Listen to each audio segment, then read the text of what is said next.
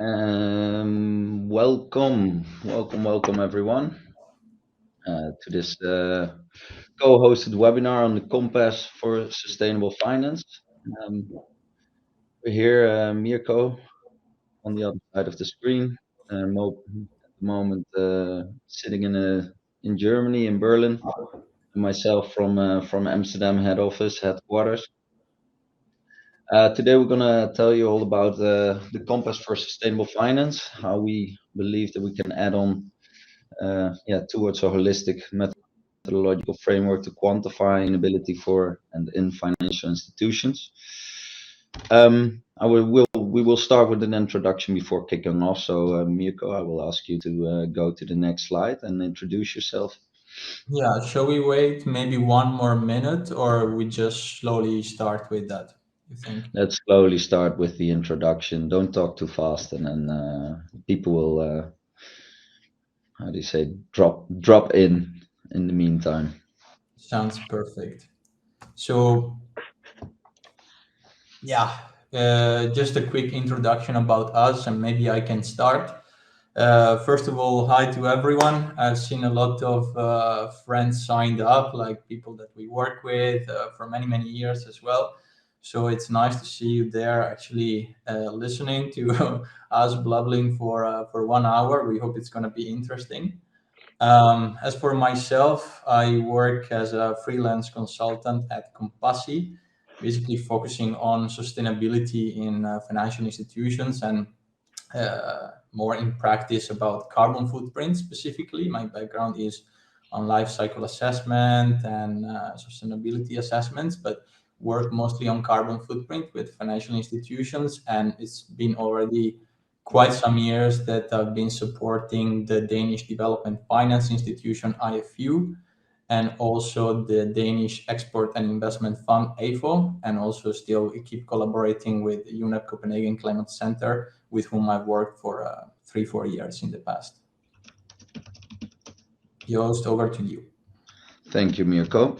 So my name is Joost Waldbos. I'm one of the founders of Hedgehog Company, and we're really specializing in quantifying environmental and social impact, mostly environmental impact, subsequently also focusing on the implementation of the insights that follow these kinds of assessments. So, whether that's on a strategic level or a marketing level or product innovation, really depends on the client, but that's in general where we're specializing. In that specialism, we have developed a few sustainable finance frameworks for a few clients to really allow and enable them to perform impact investing. And in addition, also worked on some projects with Mirko on due diligence assessments, but also on portfolio carbon footprint. We also wanted to introduce our relationship here. So we go back already for 6.5 years. You see a beautiful photo on the right-hand side. I mean, we're actually still looking quite the same, just a few wrinkles more, but that's it.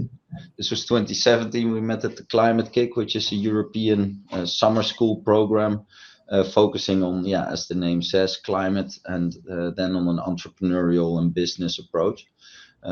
So really, that's where we met. Finally, before we kick off, we really want to emphasize that we're aiming to have a lot of input from your side. We're aiming to have the final 10 to 15 minutes for discussion. The chat is open, both private as public chat. So please, have your input there, and we'll try to discuss as much as possible by the end of the webinar. Back to you, Berlin. Yes, I think just before starting, we already have one interaction that maybe we can involve participants with. Very good point. Indeed, I will start it up immediately. Indeed, this whole we're searching to see if the financial institutions can be or can become sustainable. So also on this side, we really like to have your input on the poll. I will start it up right away for 1.5 minutes. Can the financial system be sustainable? Yes. You can vote on the right-hand side. Interesting question indeed. So on that, that's also how we want to start a bit the presentation before diving into the technicalities. So we're going to tell you a bit about our take on this, and so we take actually a couple of steps back and look a bit, why are we here? I mean, we know that there is a problem with the way that we are doing development, and you can see development here represented in a series of social and economic trends that really picked up from the 1950s till today. And we know that that had repercussions on the environment, right? On natural resources, on environmental impacts, and that this is actually threatening the stability of the planet on so many levels. And you can see that on the planetary boundaries representation here, this is the latest update. We talk a lot about climate, but there are a lot of other environmental boundaries that are actually getting destabilized and putting us in a very uncertain position, because the system as it has been so far is where we have thriven. So dangerous to destabilize it, of course. And the second part of the problem, we could say, is that it's not like everybody got better and is equally eating away the planet. We have like countries that are doing, for example, if we take the SDGs, much better. And actually, those are also the countries that take the most environmental resources, that have the largest environmental footprint. So this raises a bit the question, okay, do we really need to eat away the planet in order to reach the SDGs? Is it possible actually to become socially and economically sustainable without crossing all environmental boundaries? That's a fair question. And yeah, some people thought about this, and we can see a bit of that in this representation that we are building up in the next couple of slides. So here you can see the social foundation, right? This is what we want to achieve in terms of satisfying human needs. For example, there is water, food, health, education, a lot of different human needs that we are trying to satisfy. And on the outer level, we have an ecological ceiling that we don't want to overshoot. And that basically includes all the environmental planetary boundaries that we have seen before. And this representation comes from, this framework was developed by Kate Raworth, and she called this Doughnut Economics. Why? Because you can see like the donut shape, right, arising between these social foundation and ecological ceiling. And that's what she defined as the safe and just space for humanity. And ideally, that's the sweet spot where we want to be if we talk about sustainability. So question, how are we doing in relation to this framework? You can imagine not great. So this is not even the latest planetary boundaries assessment, but you have seen also before we are crossing several of the planetary boundaries. And even though we are doing that already, we are not yet fulfilling completely the social foundation. And you can imagine that this picture is also changing according to the country that we are in, right? So, for example, if we take developing countries, in this example, there is Togo. Yeah, the ecological ceiling is intact, we could say, more or less, but the social foundation is still has some way to go, right? And then we have European countries, in this example, the UK, that is social from the social foundation perspective, doing very well, but the ecological ceiling is, we could say, collapsing on our head. So then we come to the topic of today. Personally, haven't been a great fan of finance, but mainly coming from the perspective that the financial system, right, has many problems, and some of its, we could call it vices, are actually what has led us to this overshooting of the planetary boundaries. But this is actually the system that we have, and that's how we can create the world of tomorrow. And therefore, we should do the best that we can with it. So I really like this donut representation because I think it makes it quite clear where we should place our financial resources if we really want to build a more sustainable society for the future. And it would be here to fulfill the social foundation, and here to reduce environmental overshooting. So that's as simple as that, we could say. Well, sounds all very reasonable, Mirko. I think just a quick look at the poll, at the outcomes of the poll. There's one person in our audience who doesn't really believe that the financial system can ever become sustainable. I mean, looking at the past, we should say that maybe he or she can be a bit right. Luckily, there's also 12 people who do believe, but maybe, and that we have still some way to go. And I think that's indeed what we're talking about today. Our proposition of how that way could contribute, at least this compass that could contribute to that way to the future. So bring it on. Let's look at the next chapters.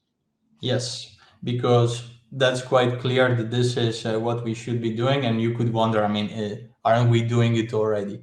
And yes, in a sense, we are, right? I mean, we have science guiding a bit, hopefully, policies and goal setting initiatives. I mean, here we have put, for example, IPCC reports, research on planetary boundaries, Doughnut Economics itself. And then that is translated often and hopefully receives some inputs to develop these goal setting initiatives. I mean, we have the Paris Agreement, we have the SDGs more prominently. And then if we look at more the financial sector, then we see that these goal setting initiatives are translated into regulatory frameworks. Maybe we can see the EU taxonomy, we can see corporate sustainability and reporting directive, the CSRD, the SFDR, so the Sustainable Finance Disclosure Regulation. And then we also have more on the side of reporting initiatives, the TCFD.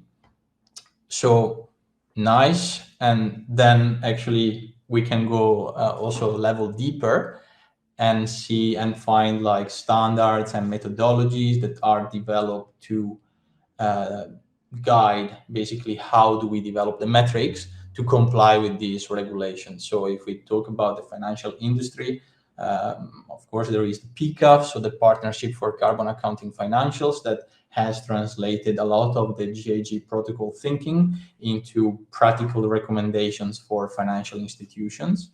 We also have other tools like LCA, we have the IFI, so the International Financial Institution Standards, and probably many, many more.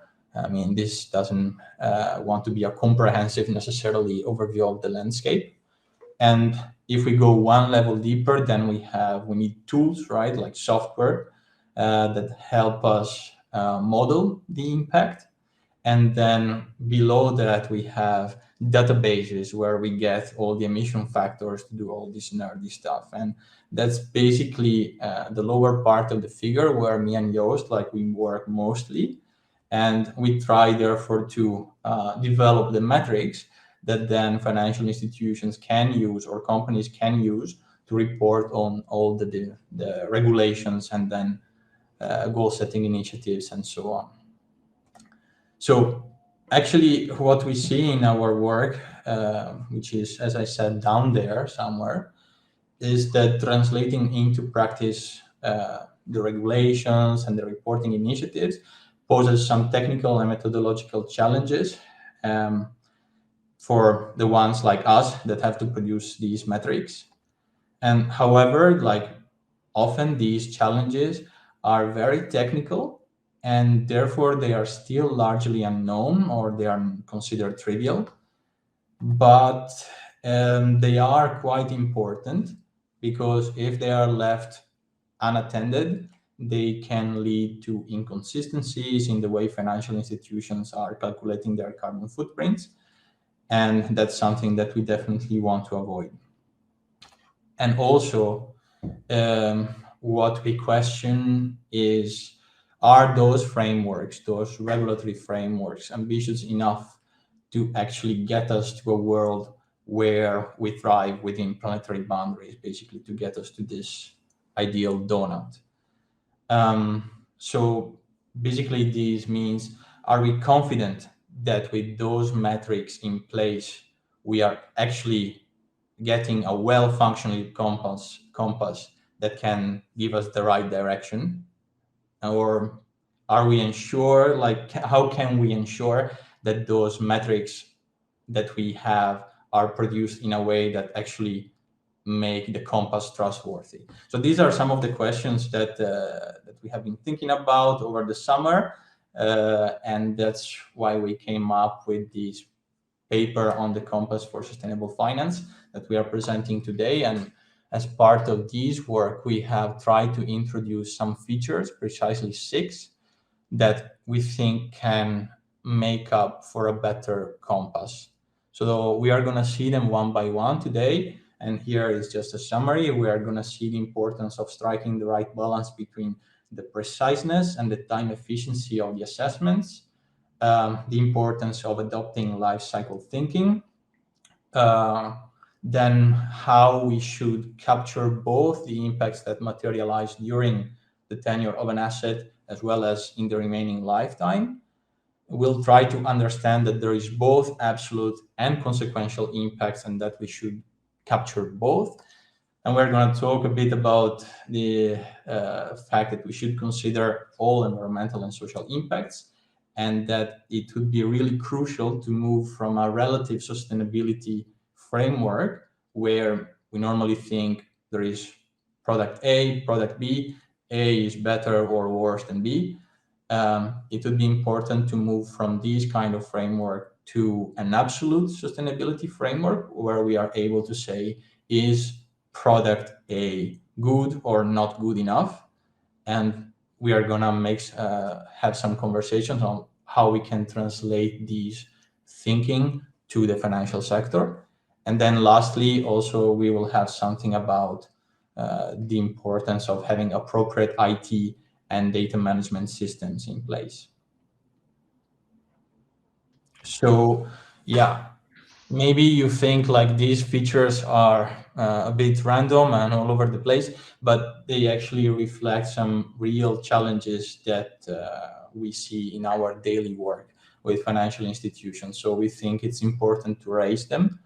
And some of the solutions that we will propose are already something we are applying, but others are only partially developed, partially applied, and some are yet to be developed, which is also another reason why we are raising them. We try to find people that are interested in collaborating, maybe on developing further some of these features.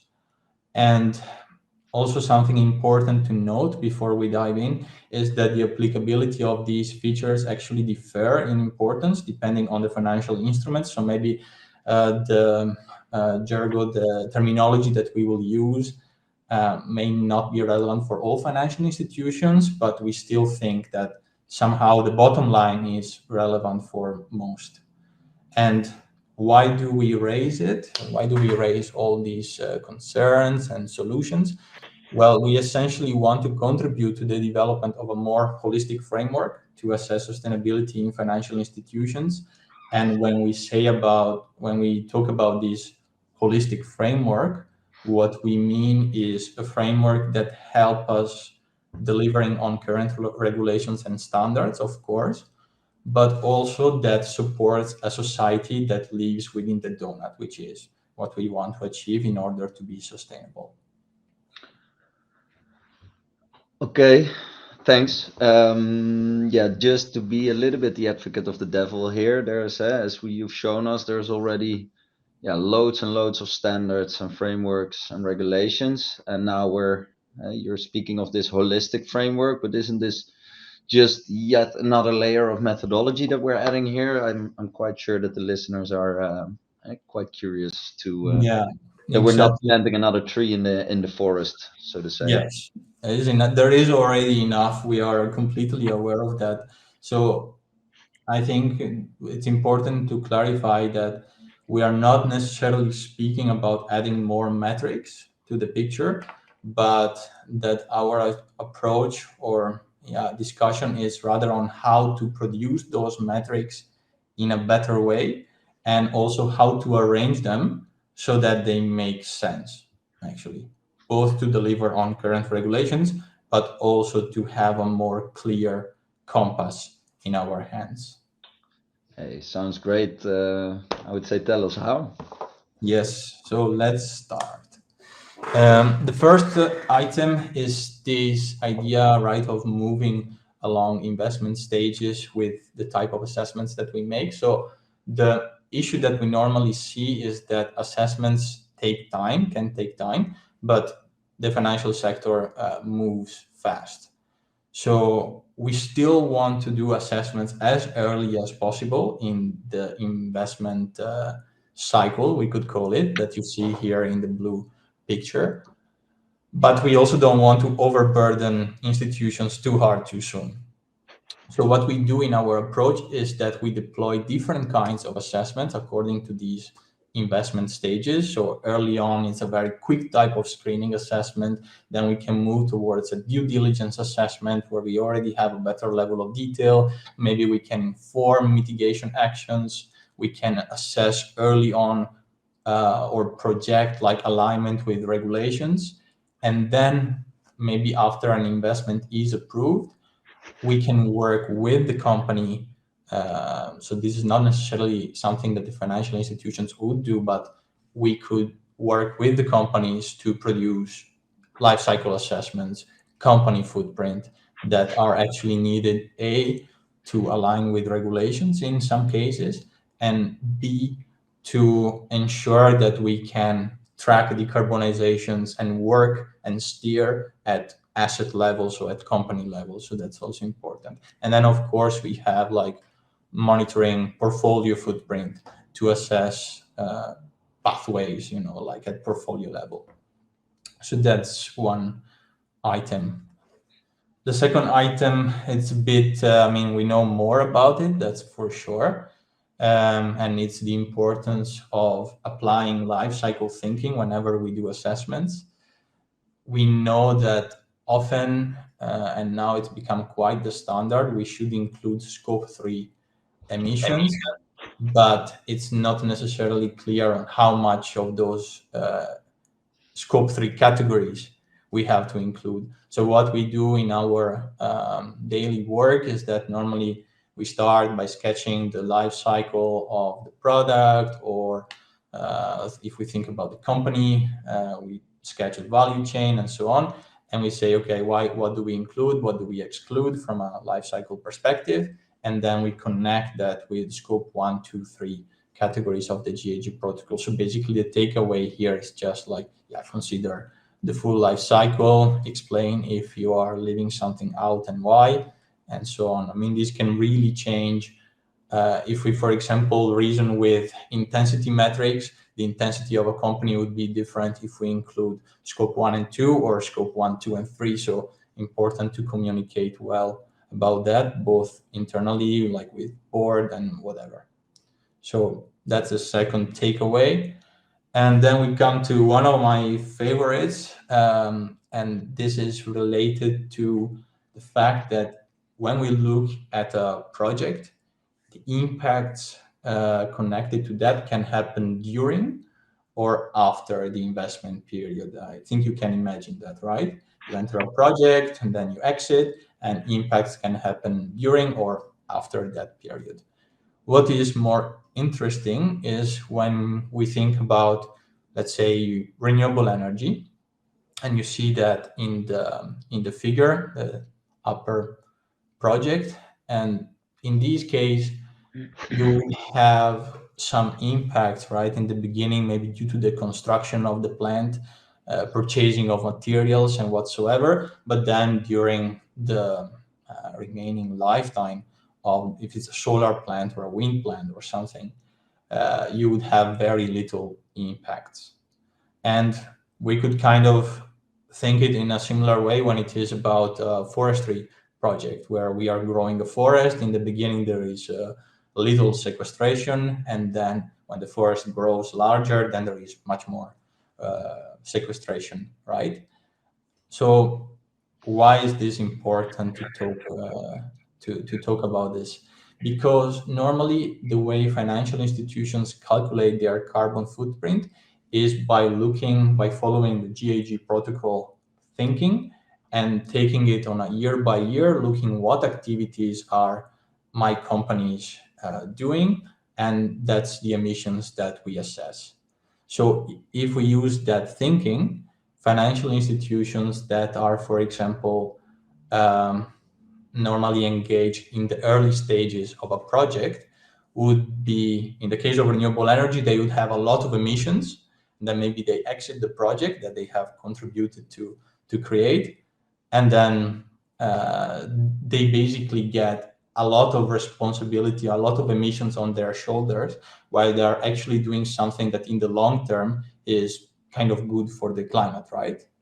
So they become it becomes a bit of a problem for these institutions to explain that they are doing something good for the climate if they get the full burden on the emissions. So what we propose here is, of course, to have these kind of real-time footprints, but also to have next to it what we call a life cycle footprint. So for each of the year, you would have a projection of the emissions that the project will create in the remaining of the lifetime. And then you can annualize that by the lifetime of the project to sort of get these long-term perspective into your assessments as well. So by having these two metrics, you can both see what is happening right now and also how the project will perform in the remaining part of the lifetime.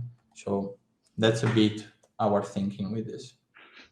Yeah, I can imagine that this is your favorite one, because it's quite amazing that we are not doing this yet in portfolio footprinting, not common practice.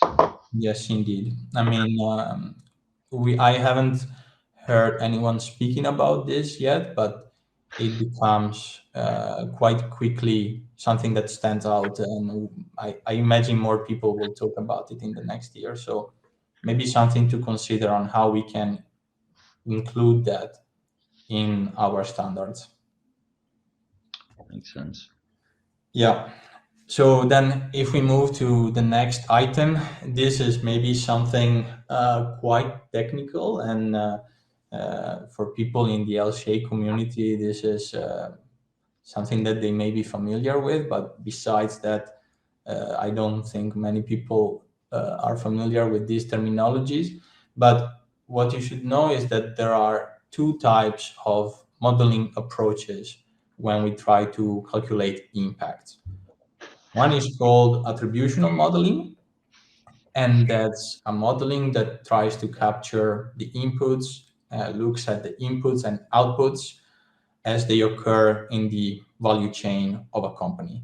And that's the typical approach that you would use for carbon footprints. So if you think about cake or the global environmental burden, these represents the share of the global environmental burden that is to be assigned to an intervention. And then also I can also make an example actually. So if we take the example again of renewable energy, in the first case of this attributional modeling, the emissions would be basically, you have some emissions to produce the panels and then to transport the panels and so on, and that would be your attributed emissions in a sense. Then then there is this other type of modeling which is called consequential modeling, and that models the systemic consequences of a decision or an intervention. So again, if we look at this cake, that's more about the impact of the intervention on the global environmental burden, and that could be actually an increase in emissions, but it could also be a decrease in emission. So if we talk about the renewable energy example again, you more think about what happens if I produce this panel. Maybe I need an extra mine somewhere to mine the metals, or maybe because I have this solar power plant, then I don't need to produce the energy with coal and so on. So I have some emission reductions there. And maybe these thinking of emission reductions is something that people are more familiar with. For example, if we talk about the avoided emissions from renewable energy, that's a bit of the consequential modeling thinking, but of course is a more narrow approach because it only looks at the operational side, right? But the changes in emissions and changes in impacts can occur more broadly, maybe in the upper or lower value chain, not necessarily in the operational side. So what we see is that actually often these two approaches are, or it can happen that they are applied inappropriately, and sometimes they are even mixed together. If you don't know that there is a difference, you just think, okay, it's just another emission factor and I'm gonna use that. So our point with this is be aware that there are two approaches, first of all, and both of them are valid. They should be applied actually in parallel because they fulfill different kinds of goals. Like, for example, if we talk about the attributional modeling, this is the kind of modeling that should be used for target setting, for monitoring footprint, for example, if you have a net zero pathway, or it should be used for, in most cases, that's what the regulations are asking for. But if we talk about consequential modeling, that's more actually to understand the consequences of the intervention. And it's not so, it's more difficult, we should also mention. It's more difficult to apply because then you need to make a lot of assumptions on what will be the consequences and so on. Yeah, it's a difficult one, this. So maybe to understand a bit more correctly, if I would, let's say I'm a private equity fund or a VC or whatever, and I would be investing in a seaweed burger startup, then with the attributional modeling, I would basically do an assessment of the seaweed burger factory and just look at the environmental impact and say like, well, that's a nice environmental impact. But then if I would take the consequential modeling, then I would be able to compare it. What are the consequences of introducing a seaweed burger to the market? How many people do I assume that will eat less meat? What is then the avoided emission of that lesser consumption of meat? We need consequential modeling for that second part. Precisely, exactly. All right. Yeah. So then we come to, I would say, one of our main points, and that's where we will see the donut again, because now you have heard us speaking and we talk a lot about emissions, right? Carbon emissions. And that's also the risk if we think more broadly that we get into just having these carbon tunnel vision, right? Thinking about GHG emissions and nothing else. But it's of course important to consider the full spectrum of social and environmental issues. And also it is important to remember why are we considering those. For example, we have 10,000 tons of emissions. Is this bad? Is it good? Like, do we accept it? Do we not? So we need that kind of perspective. And that's where we think that the donut can be useful.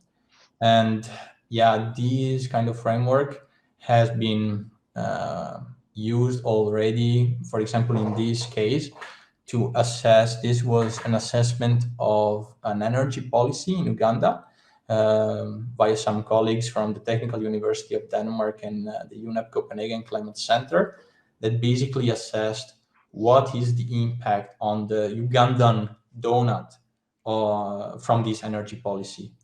Then you can say, okay, there is a bit more climate change, there is a bit more ocean acidification, but if we look at the social foundation, we are making quite some progress on the energy side and on the housing side.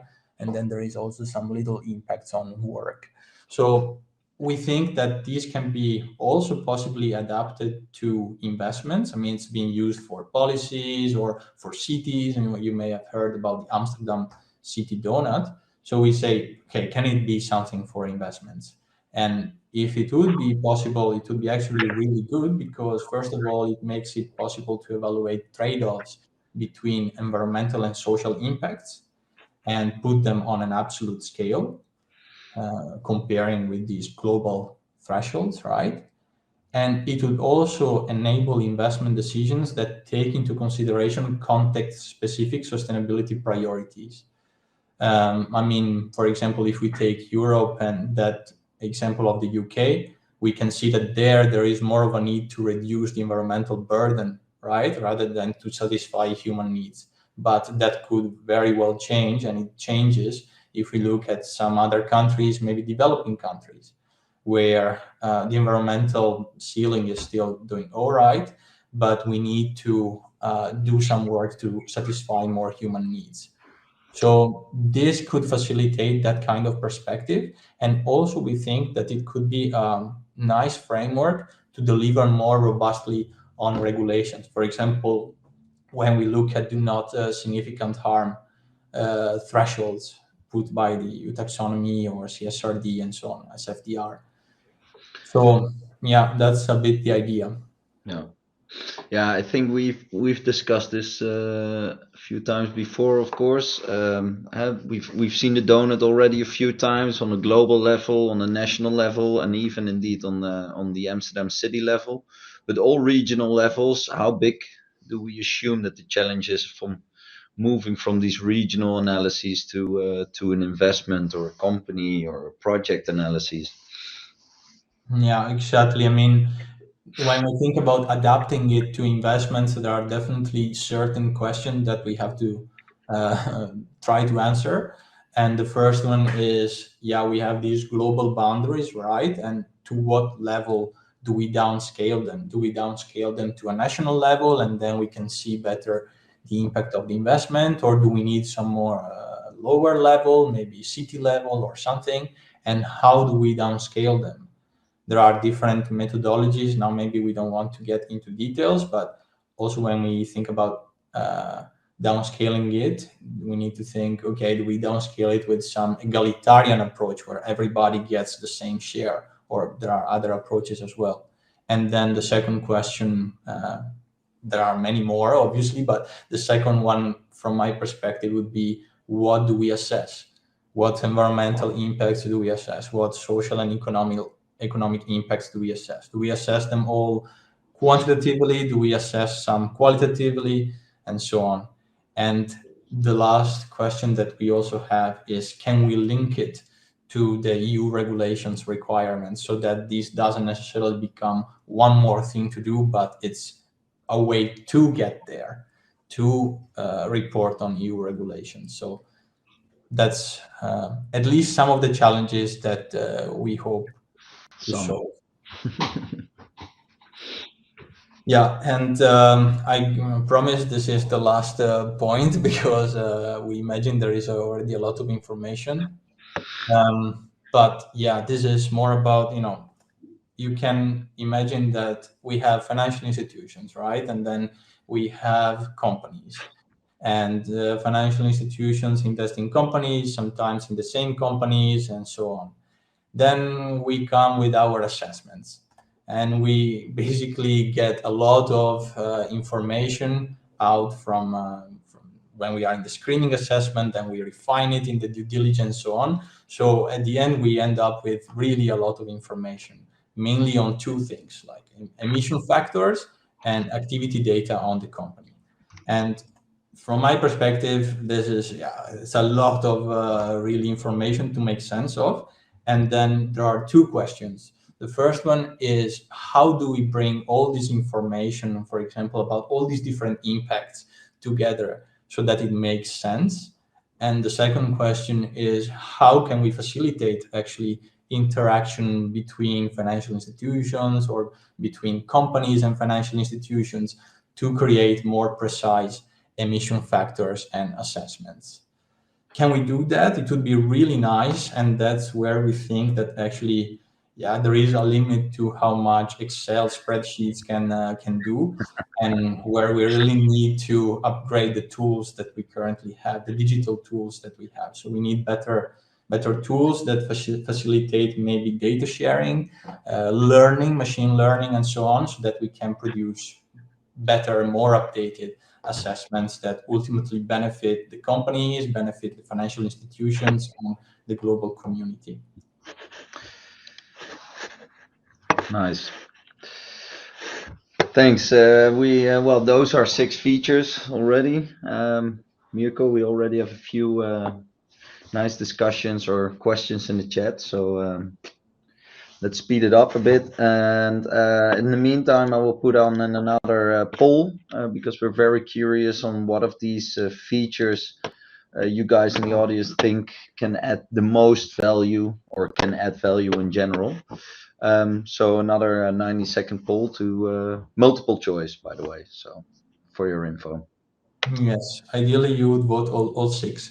Um, and I'm just gonna go through them very quickly, right? We have seen moving along investment stages, the importance of life cycle thinking, adopting these different multiple temporal lenses to capture both impacts that occur during and after the investment tenure, looking both at attributional and consequences impact, these Doughnut Economics, and then we have more on digital infrastructure and the importance of that.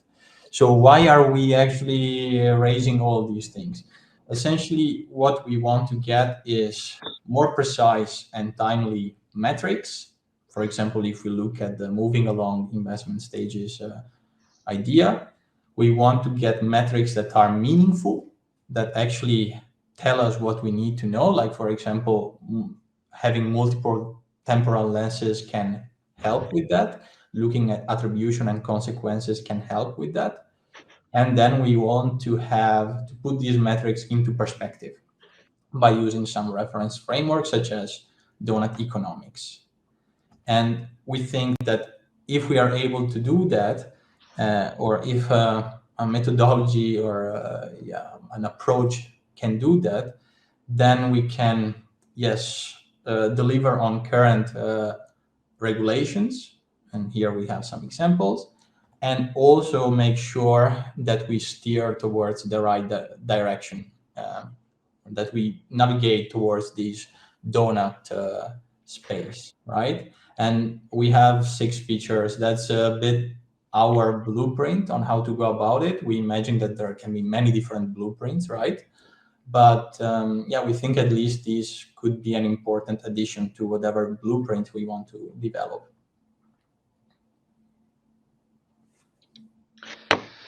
Nice. Okay. Yeah. Again, I would really like to hear the thoughts from the audience. I already have some feedback on the poll.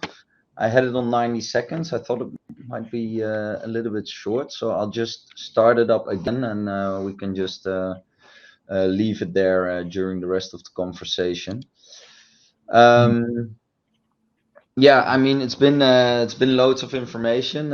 First, yeah, there are a few topics, Mirko, that we want to discuss from the chat. So quickly, maybe for people to let to fill in the final parts of the poll and to fill in their final questions. In the meantime, let's quickly look at what you need or what we need, what we've discussed, what we might need to further develop this, and how far are we? And then Yeah, indeed. Let's quickly wrap it up. So in terms of what we want to do out of this, I mean, mostly these features that we have presented is something that we already apply, but there are some things that we don't apply so systematically, like the life cycle footprint idea, so these multiple temporal lenses, and also the consequential modeling is something we do ad hoc, but not necessarily systematically. But I would say that mostly what we are interested in right now is trying to understand, can we do these donut kind of assessments, and what would it require? So that's something that we are interested in piloting for sure and studying more deeply. And also, yeah, we recognize the need for this digital infrastructure. So we are very happy to support work team up basically to develop these further and making sure that we have a better tool to make our assessments. So like, if you want to hear more about this, if you want to discuss it, we are here. And if you want to support the development either financially, or if you want, I don't know, if you are a PhD student or a master student and want to do your thesis and you need a cool topic, maybe we have some ideas.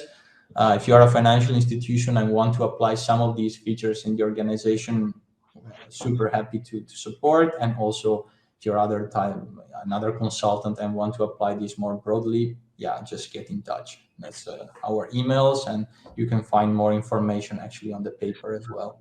But indeed, let's hear your question and discuss a bit. Nice. Yeah, well, first one was from Luca, and was actually during your during your favorite. I wrote down for myself. It was on the multiple temporal lenses. I don't know if you can see the questions in the meantime, Mirko, or that I read them out loud for you. Whatever you. Well, I will actually do the presentation and get on stage. Yeah, that's easier. That's easier. Yeah. So he was referring indeed back to the slide on the multiple temporal lenses, and basically wondering, yeah, it's a bit like deciding the system boundaries or the functional unit in an LCA. How do you decide how many years to take into account for this approach? Does it change from project to project? Do you have standards for the type of investments you're analyzing? So yeah, just a few. Yeah, excellent question. Thanks, Luca. So yeah, something important to specify is that this idea of having multiple temporal lenses is maybe more suited for project finance kind of investments. So that would be like a forest or a power plant or something like that, rather than a brownfield existing company.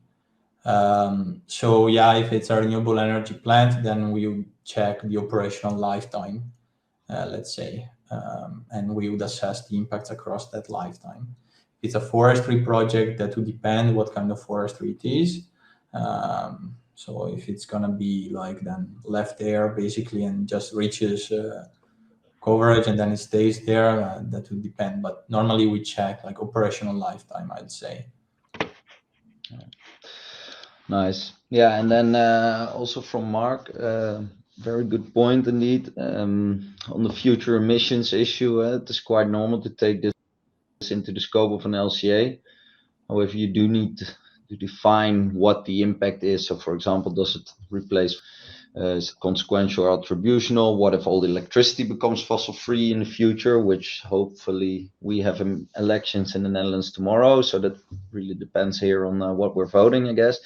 But I think, I mean, from my side, if I can answer at least a bit of that question, of course, in the end, it's all because we would be very a big challenge to write one big assumptions framework to align all those assumptions. And I think it should be more here really about the transparency of your analysis. So really discuss with your peers, discuss with stakeholders on what are the most logical and most common assumptions to take, and then be fully transparent about those assumptions. I'm not sure, Mirko, what your take is on this.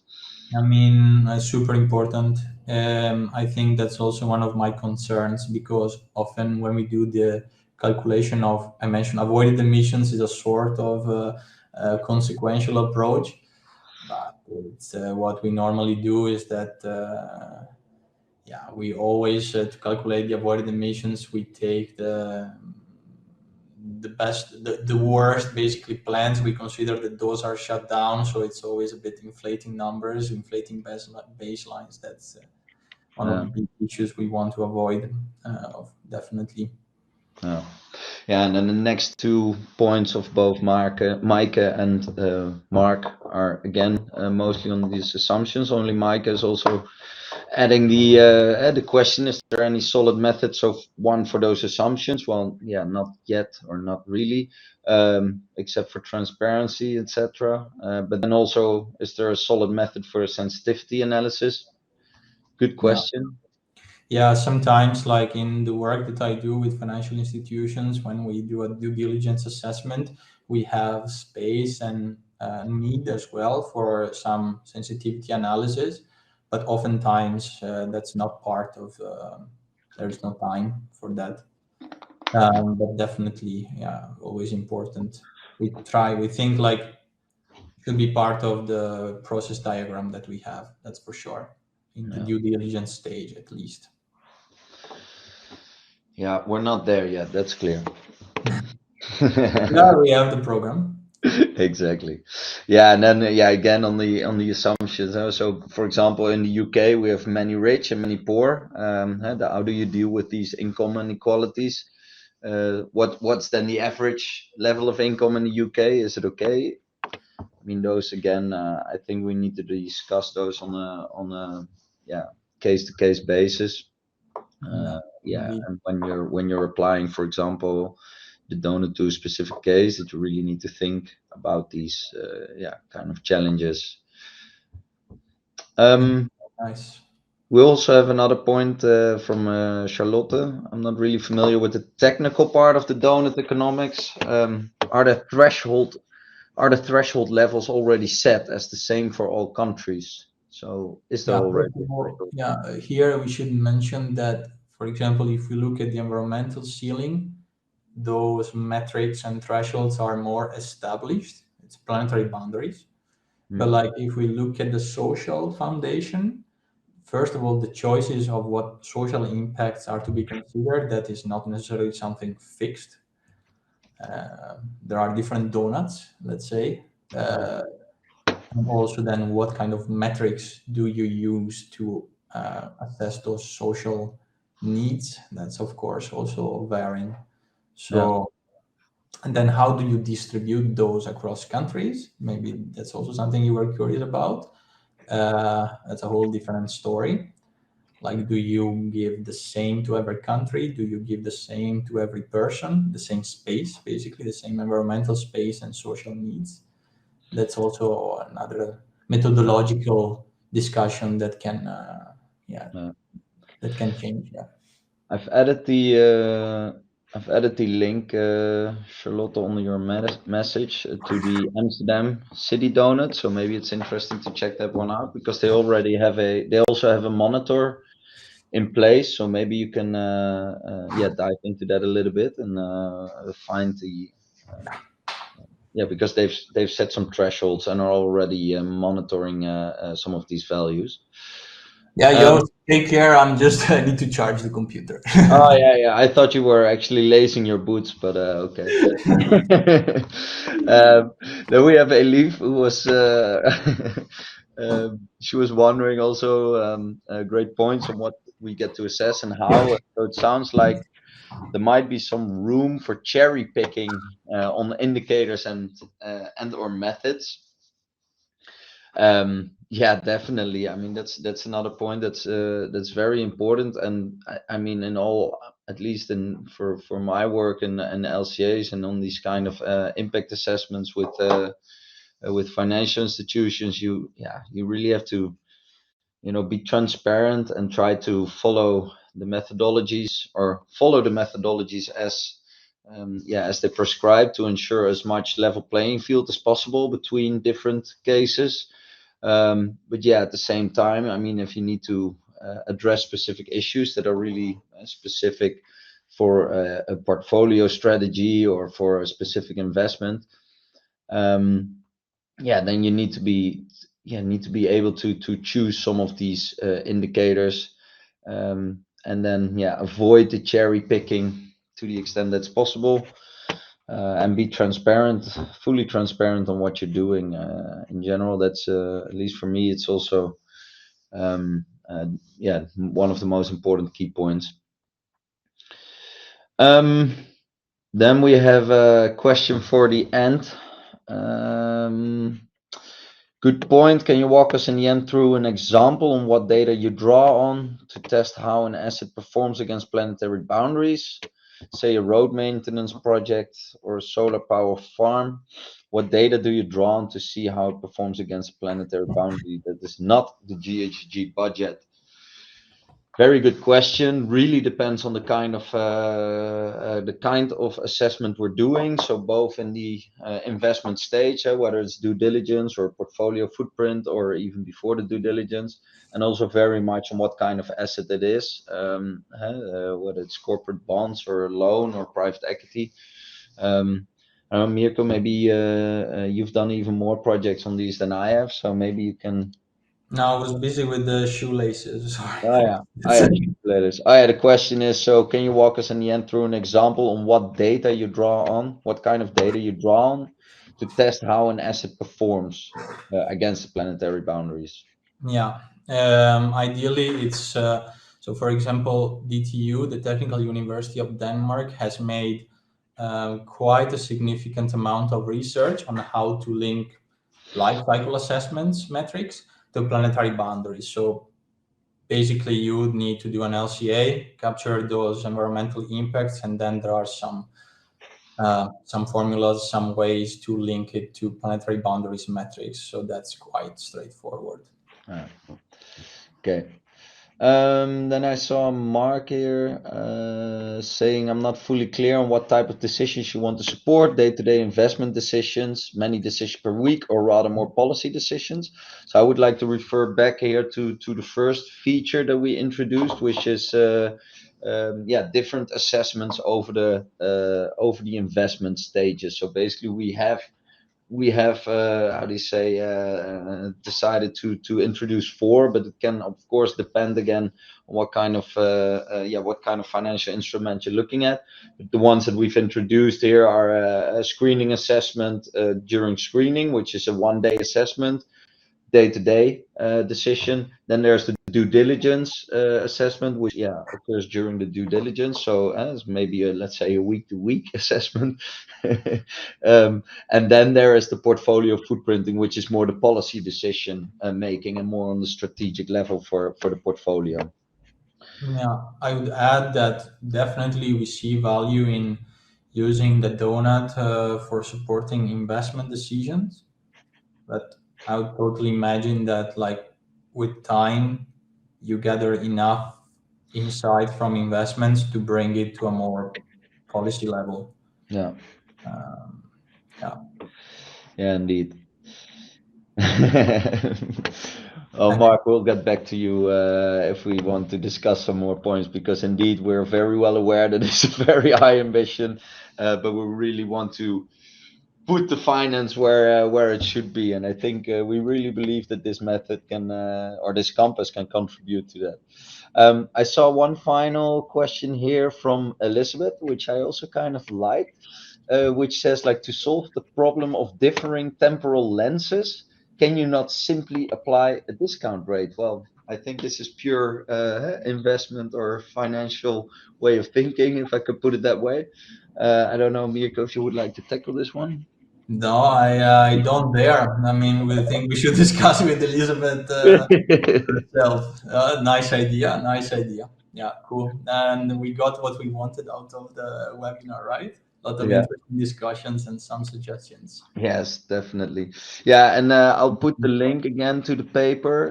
As we mentioned, I mean, most of you have our contact details. I mean, we're wrapping up here.